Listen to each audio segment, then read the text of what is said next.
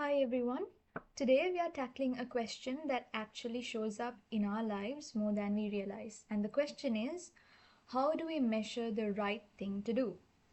When I say the right thing, what does it actually mean? Well, ethics is related to this thing called the right thing. And any question, usually, relating to ethics has a lot of gray area. Today we are diving into utilitarianism, and we're going to learn what this theory is about, and we are going to learn different types of utilitarianism theories, and also we are going to discuss the criticisms or limitations relating to this. So, at its heart, it's about one big goal, that is, the greatest good for the greatest number of people. It's a consequentialist theory, and what is that supposed to mean?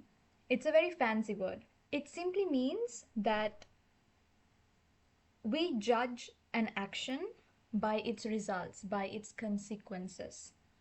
So our focus is the outcome. Basically, it means that we are running a social cost-benefit analysis to see what creates the most happiness and the least amount of pain.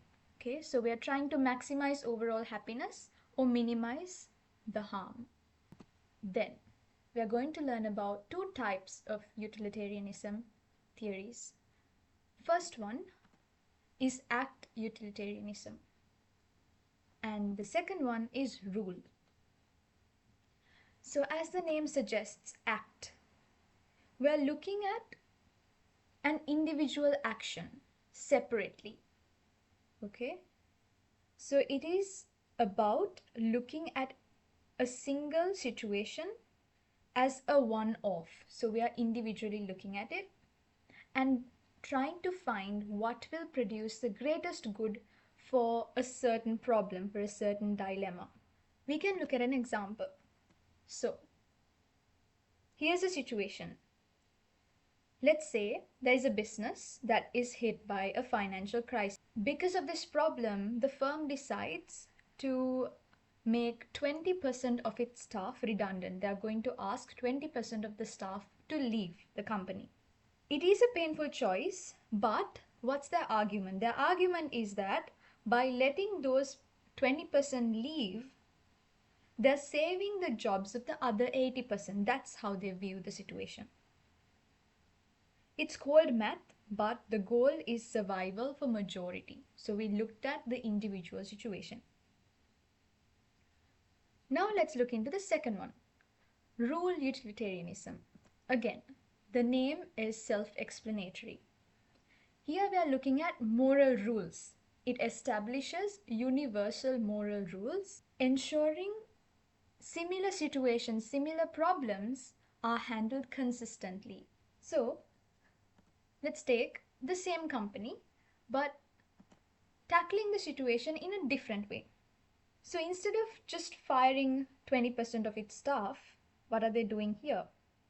We are trying to find other ways to save money, to cut costs.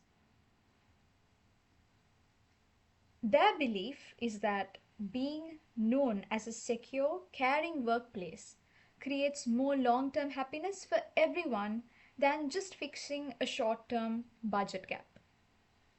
So it's a different way of looking at the problem. Now, we are going to evaluate this theory. We are going to discuss about its criticisms and limitations. So the first one is measurement. There is a problem that comes up when we are trying to measure things. Measuring is difficult. Why? The question is, you should ask yourself, how do you put a price tag on a human life?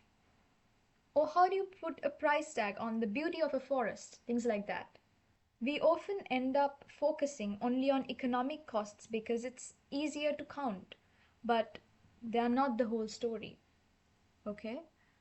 There is overemphasis on economic benefits and costs. And these costs that we look at in case of utilitarianism theories are abstract costs. as I said before, loss of natural beauty, human life. It's hard to quantify. We can't give a value to those things.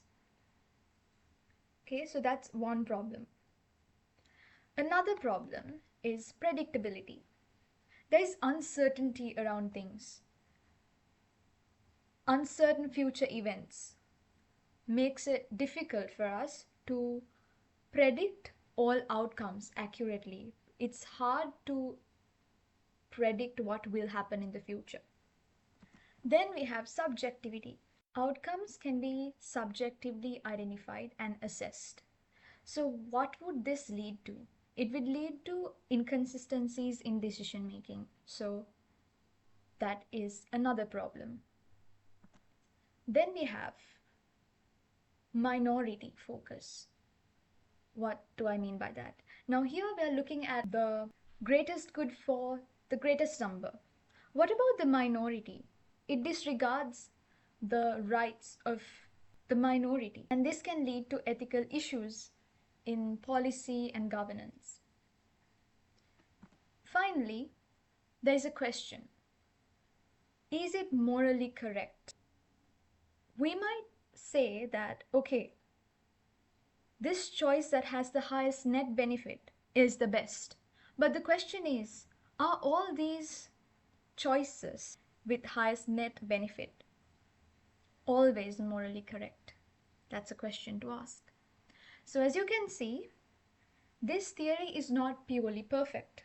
There are issues with it, but you can still use it. Alright, that is the end of this presentation. I hope you understood the utilitarianism theory. Thank you.